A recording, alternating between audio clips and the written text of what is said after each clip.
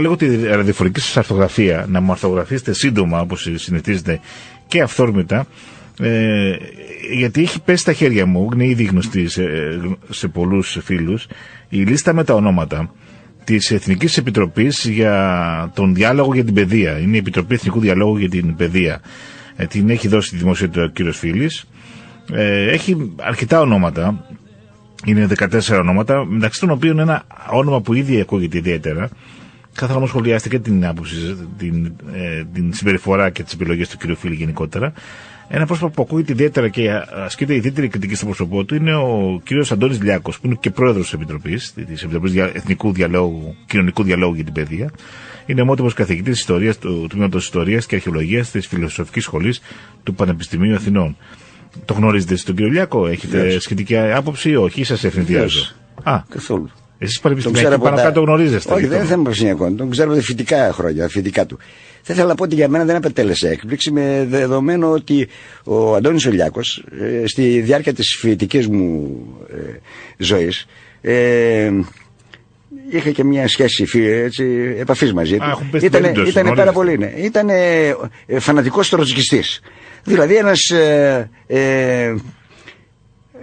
διεθνιστής, θα λέγαμε, με έναν ειδικό τρόπο βέβαια διεθνιστής, διότι ως γνωστόν ο μπολσεβίκικος διεθνισμός αποσκοπούσε σε ένα και μόνο πράγμα: να μετατρέψει τα κατά τόπους κομμουνιστικά κόμματα μέσω της ένταξής τους στην τρίτη διεθνή με βάση την αποδοχή των 21 όρων για την εισδοχή σε πρακτορία της εξωτερικής πολιτικής της Σοβιετικής Ένωσης. Δηλαδή ουσιαστικά πρόκειται για ένα μεγάλο ρωσικό εθνικισμό, να πούμε, που εκδηλώνονταν με τη μορφή του διεθνισμού. Δεν τα ξέρω όλα αυτά. Ναι, δεν τα ξέρω εγώ. Είμαι φτωχός στο πνεύμα, ταπεινός. Δεν είναι θέμα. Εγώ θυμάμαι τον κύριο Λιάκο ως δεξί χέρι του Σιμίτη παλιότερα. Σήμερα. Και επειδή ξέρω ότι συμπαθείτε πολύ την πορεία, την πραγματεία Σιμίτη, πως έτσι σας βοηθήσω να θυμηθείτε περισσότερα. Στην πορεία της εξέλιξης του έκανε ένα άλμα από τον μπολσεβίκικο διεθνισμό στον καπιταλιστικό διεθνισμό. Δηλαδή στον διεθνισμό που προωθεί το Διεθνές Νομισματικό Ταμείο, η Παγκόσμια Τράπεζα κτλ. Και αυτό είναι πάρα πολύ απλό γιατί γίνεται. Γίνεται για το λόγο ότι το κράτος έθνος, είτε μας γουστάρει είτε δεν μας γουστάρει, αποτελεί τη συλλογικότητα μέσα στην οποία ο κάθε άνθρωπος αποκτά την ιδιότητα του πολίτη. Δηλαδή είναι υποκείμενο μια σειρά συγκεκριμένων νομικά καθιερωμένων δικαιωμάτων, υποχρεώσεων και ελευθεριών. Καταλαβαίνετε τι εννοώ. Προφανώς επειδή το κράτος έθνος αποτελεί ένα ισχυρό παράγοντα εναντίωσης αυτή τη στιγμή στην αλωτριωτική εισβολή των πρακτόρων του χρηματοπιστωτικού συστήματος, το κράτος έθνος πρέπει να υποστεί μια αποδυνάμωση δραστική, να καταντήσει δηλαδή απλώς νυχτοφύλακας για τη συλλογή φόρων προς όφελος του χρηματοπιστωτικού συστήματος και τίποτα άλλο, και για να γίνει αυτό πρέπει να υποστεί μια ιδεολογική αποδόμηση. Είναι γνωστό το παραμύθι τι εξυπηρετούν. Τα έχουν πει και οι ίδιοι δηλαδή. Το φαινόμενο έχει αναλυθεί επαρκώς. Σε αυτή την κατεύθυνση λοιπόν έχει γίνει μια επιστράτευση παλαιών διεθνιστών εντός εισαγωγικών, γιατί εμένα ο μπολσεβίκος διεθνισμός δεν υπήρξε ποτέ διεθνισμός. Λοιπόν, μεγαλορωσικός σοβινισμός ήταν. Λοιπόν, οι οποίοι μεταλλάχθηκαν σε καπιταλιστικού χαρακτήρα διεθνιστές. Δηλαδή το κράτος έθνος πνέει τα λίστια και να το βάλουμε στην άκρη είναι καιρό σαν άχρηστο εργαλείο κτλ.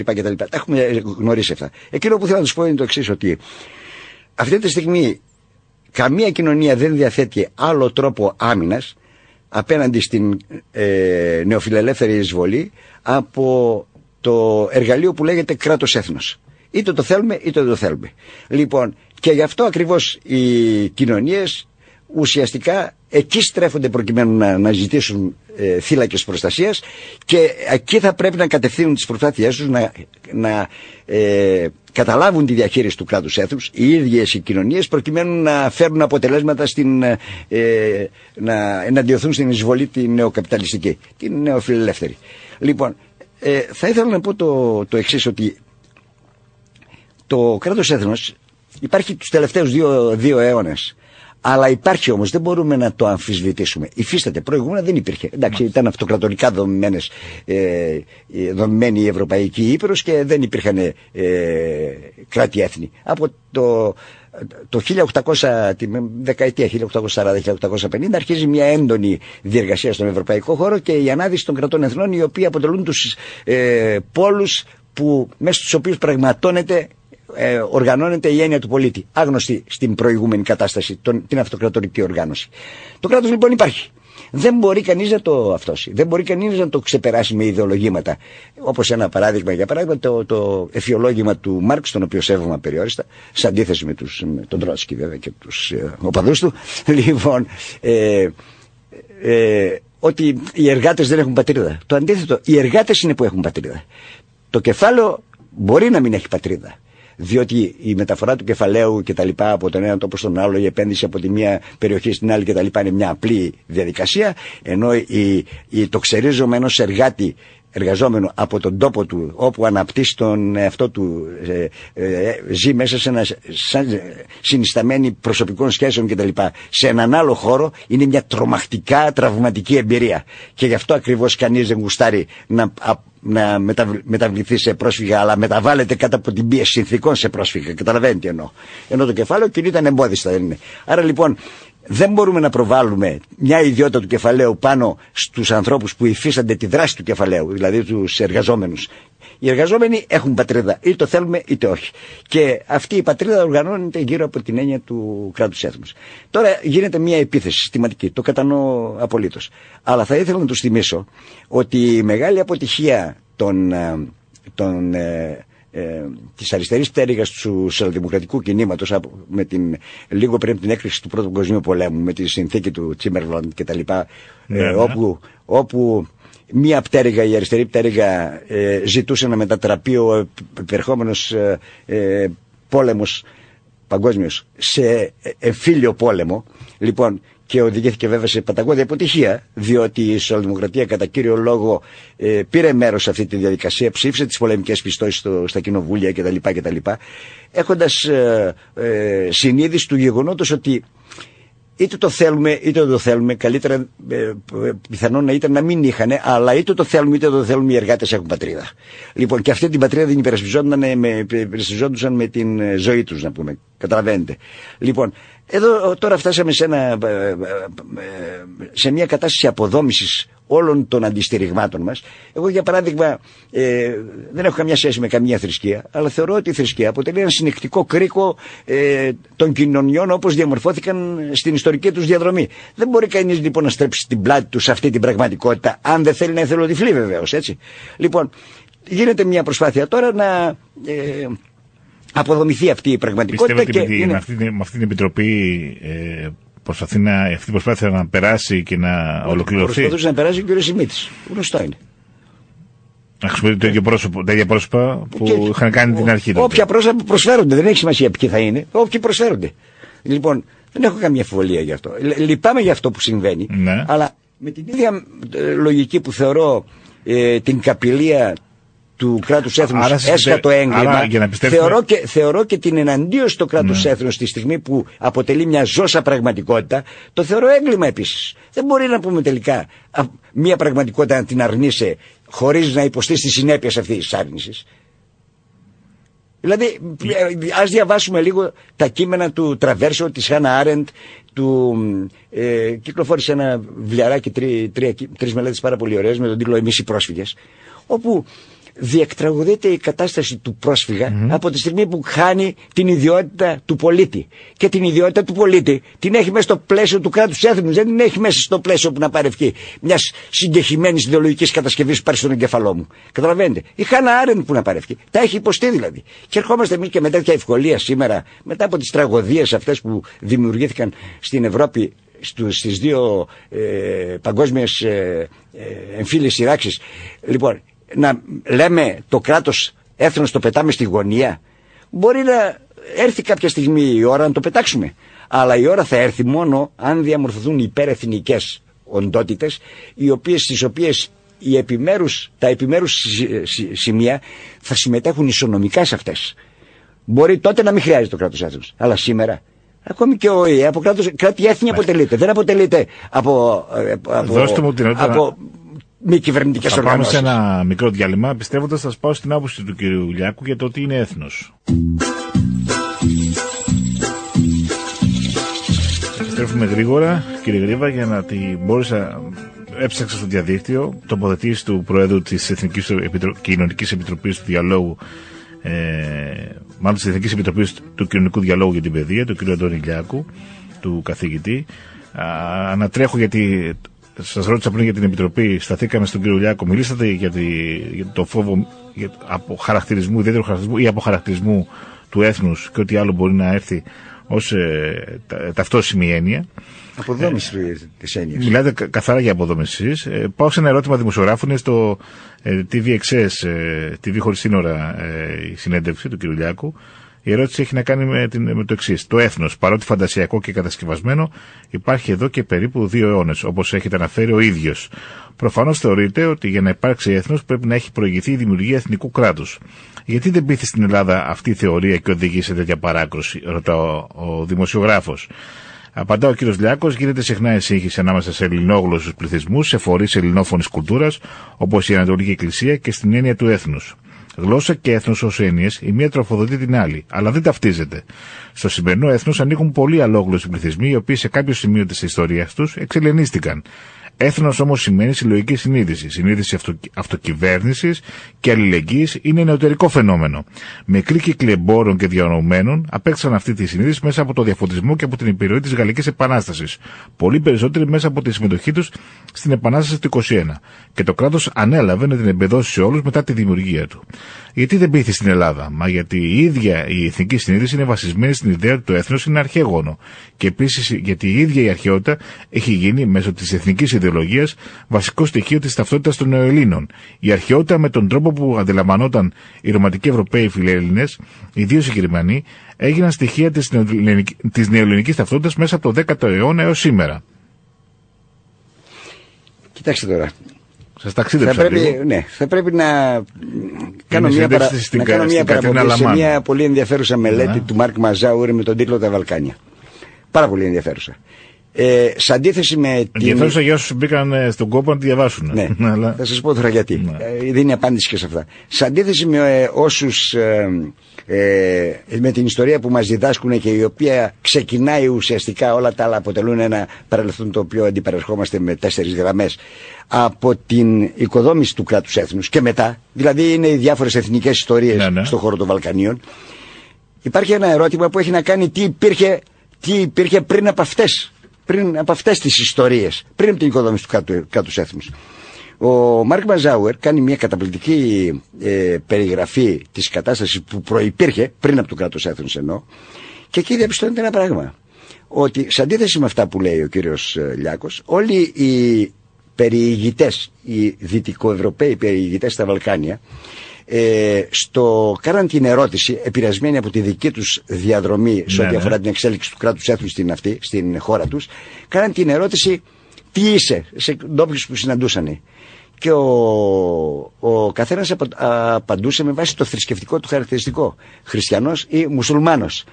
Λέει, καλά, λέει, επιμένουν οι περιηγητές, καλά χριστιανός ή μουσουλμάνος, τι είσαι, Έλληνας, Βούλγαρος, Ρουμάνος? Και λέει, η απάντηση από τη μεριά ήταν γεμάτη απορία. Τι είναι αυτό? Από τη μεριά των κατοίκων. Δηλαδή η θρησκεία αποτέλεσε ένα ισχυρό συνεκτικό στοιχείο στη διαμόρφωση κοινοτήτων. Λυπάμαι που σας λέω ότι δεν έχω σχέση με καμία θρησκεία, αλλά στην αλήθεια τι να κάνουμε. Και δημιουργία της κοινότητας και της συντήρησης. Ακριβώς. Λοιπόν, δεν είχε καμιά σχέση με το αρχαίο πνεύμα θάνατο, αγνέ πατέρα κτλ. Οι αμόρφωτοι πληθυσμοί, οι ελληνόφωνοι πληθυσμοί της Βαλκανικής. Προς Θεού δηλαδή, αυτή είναι παραποίηση της ιστορίας. Δηλαδή, έχουμε μάθει τώρα το κράτος αποτελεί εμπόδιο για την επιτέλεση των σκοπών μας, εννοώ για την αποσάθρωση των κοινωνιών, καταλαβαίνετε τι εννοώ, στο πλαίσιο της καπιταλιστικής παγκοσμιοποίησης, και πρέπει να το εξοντώσουμε είτε μας γουστάρει είτε δεν μας γουστάρει. Δεν θα το εξοντώσουμε είτε μας γουστάρει είτε όχι. το κράτος αποτελεί ένα εργαλείο, το κράτος έθνος, και θα εξακολουθεί να υφίσταται για όσο αυτό το εργαλείο έχει χρησιμότητα, ανεξάρτητα από τα ιδεολογήματα του όποιου φίλου μου Αντώνη Λιάκου ή ξέρω κι εγώ του κυρίου Φίλη κτλ. Δεν λέω ότι είναι φίλος μου ο κύριος Φίλης, έτσι. Ναι. Ο Αντώνης Λιάκος ήταν νεανική φιλική σχέση. Γιατί πιστεύετε ότι προσπαθούν να περάσουν αυτόν τον τρόπο σκέψης και να διαμορφώσουν αυτή την αντίληψη? Σας είπα γιατί. Γιατί είναι ένα αριστερίστικο. Όχι, δεν είναι καθόλου αριστερίστικο. Δεν τους έχει σχέση με την αριστερά. Είναι γνήσια καπιταλιστικό. Από πού έρχεται? Γνήσια καπιταλιστικό. Από πού έρχεται αυτή η τάση? Εσείς που έχετε ανιχνεύσει και στο παρελθόν στις περιφορές πολιτικές, είχε να κάνει με το ΚΚΕ, είχε να κάνει με την αριστερά, είχε να κάνει με τη γέννηση του ΣΥΡΙΖΑ ως αποτέλεσμα του συνασπισμού και του ΣΥΡΙΖΑ στη συνέχεια. Πώς φτάσαμε εδώ? Πώς μαζεύτηκε αυτή η παρέα? Κοιτάξτε, πώς μαζεύτηκε αυτή η παρέα. Ναι. Αυτή η παρέα άρχισε να συγκροτείται ουσιαστικά με τις περίφημες συνάξεις που διοργάνωνε ο κύριος Σιμίτης, καταλαβαίνετε, οι οποίες συνάξεις λίγο ή πολύ βρήκαν έκφραση στο βήμα του συγκροτήματος Λαμπράκη. Λοιπόν, οι περισσότεροι άλλωστε εκεί έχουν μια σχέση συνεργασίας. Λοιπόν, και δεν έχει να κάνει σε τίποτα ούτε με αριστερά, ούτε με δεξιά, ούτε τίποτα. Έχει να κάνει σε σχέση με το στρατηγικό σχεδιασμό του χρηματοπιστωτικού συστήματος, το οποίο πρέπει να περάσει μέσα από την ομογενοποίηση των πληθυσμών στους οποίους κυριαρχεί. Για να γίνει αυτό πρέπει να σπάσουν οι διακριτές χαρακτηριστικές διαφοροποιήσεις που υπάρχουν μεταξύ των πληθυσμών. Ένα από τα εργαλεία που σας λέω, δεν είμαι υπέρ του κράτους έθνους εγώ, αλλά αυτό υπάρχει, υφίσταται, δεν μπορώ να του στρέψω την πλάτη δηλαδή ή να πω δεν υπάρχει επειδή έτσι μου γουστάρει. Υπάρχει. Ένα από τα στοιχεία τα οποία λειτουργεί συντηρητικά στην κατεύθυνση, δηλαδή συντηρεί αυτά τα διακριτά γνωρίσματα, είναι το κράτος έθνος. Πρέπει λοιπόν να αποδυναμωθεί. Απλή είναι η λογική του συστήματος. Δεν πρόκειται για λογική δηλαδή αριστερή, δεξιά ή κεντρώα. Πρόκειται για λογική τυπικά καπιταλιστική. Απλά ξέρετε, προσπαθώ να καταλάβω τι γίνεται με τη συμπεριφορά του, όχι μόνο του κυρίου Φίλη, πώς προκύπτει, και τα έχουμε ξαναπεί για εθνοκάθαρση κτλ. Την περίπτωση του κύριου Λιάκου δεν τη γνώριζα. Την γνωρίζετε εσείς γιατί είστε σειρά που λέμε, να το πω έτσι, ή κοντά. Αλλά προσπαθώ να καταλάβω γιατί τώρα προσπαθούμε να διευκρινίσουμε πράγματα, να αλλάξουμε πράγματα τα οποία δεν ξέρω αν μπορούν να προσφέρουν σε αυτό που ζούμε. Δηλαδή, αν θα μας κάνουν καλύτερους ανθρώπους, τον επιλέγουμε, να σκεφτόμαστε πολιτικά, έτσι, και με την έννοια όχι την κομματική, ως πολιτικά όντα που νοιάζονται για τον τόπο τους, ξέρετε, με την καθαρή έννοια του πολίτη. Και επειδή η παιδεία μας από το δημοτικό μέχρι και τα πανεπιστήμια διαπιστώνει κανείς, αν θέλει να τα δει καθαρά τα πράγματα, έχει μόνο προβλήματα, από τις ελλείψεις εκπαιδευτικών, από τις ελλείψεις ακόμα και των υποδομών σε αυτή την περίπτωση, με μια πάρα πολύ κακή δημοσιοπαρελίστικη κατά την ταπεινή μου άποψη νοοτροπία, αντί να λύσουμε, να δούμε κατάματα αυτά και να τα πιάσουμε ένα προς ένα, να επιλύσουμε αυτά τα ζητήματα, να επιλύσουμε δηλαδή ένα καθαρό περιβάλλον, πιάνουμε κάτι το οποίο ακόμα δεν έχει διευκρινιστεί στη γνώση, στην παιδεία, στη βασική εκπαίδευση του μέσου Έλληνα. Αυτό αναρωτιέμαι γιατί μπορεί να συμβαίνει. Φανταστείτε τώρα τον εαυτό σας, κύριε Χαριτάτο, αφαιρέστε την ιδιότητα του πολίτη και πείτε μου τι είστε. Ποια είναι η νομική σας υπόσταση? Καμία. Είστε ένα απολύτως χειραγώγημο και αυθαίρετα απεριόριστα εκμεταλλεύσιμο άτομο στα χέρια ή ουδήποτε διαθέτει την δυνατότητα να σας προσφέρει ένα πιάτο φαγητό. Λοιπόν, όλο το πρόβλημα εκεί βρίσκεται. Δηλαδή, εγώ δεν αποκτώ την υπόστασή μου ως οντότητας κοινωνικής με δικαιώματα, υποχρεώσεις κτλ. Στο πλαίσιο των μη κυβερνητικών οργανώσεων, ούτε στο πλαίσιο των γενικά και αορίστως διακηρυσσόμενων ανθρώπινων δικαιωμάτων. Εγώ δεν είμαι πολίτης του Οργανισμού Ηνωμένων Εθνών. Εγώ είτε το θέλω είτε δεν το θέλω, ενδεχομένως να μην το θέλω, αλλά αυτό είναι. Λοιπόν, είμαι πολίτης ενός συγκεκριμένου κράτους. Αποκτώ δηλαδή την ιδιότητα του πολίτη ως μέλος μιας κρατικής οντότητας. Δεν υπάρχω από εκεί. Νομικά εννοώ, έτσι. Λοιπόν, η έννοια του ανθρώπου ως ιδιότητα νομικά κατοχυρωμένη δεν υφίσταται ουσιαστικά.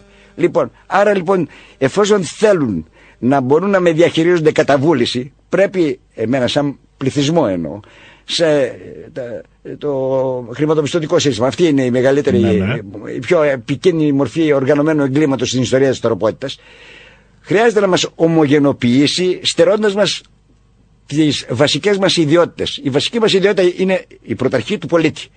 Για να γίνει αυτό πρέπει να υπονομευθεί το κράτος έθνος. Να είστε σίγουρος ότι έτσι πως είναι τα πράγματα και στον βαθμό που αυτή η τάση συλλογικοποιηθεί, θα πάψουν να υπάρχουν κράτη-έθνη στον ευρωπαϊκό χώρο. Ένα άθυρμα θα είναι, εάν δεν οργανωθούν τα κράτη-έθνη σε ομοσπονδιακή βάση κατά το πρότυπο άλλων ομοσπονδιακών οργανώσεων. Που σημαίνει ισονομική συμμετοχή σε μια υπερκρατική συλλογικότητα. Τώρα δεν έχουμε τέτοιο πράγμα. Τώρα είμαστε έρμεα ουσιαστικά θεσμών που δεν εκλέγονται, δεν λογοδετούν και δεν ελέγχονται από κανέναν. Αυτά θέλουν να αντικαταστήσουν την εξουσία του κράτους έθνους πάνω μας. Λοιπόν,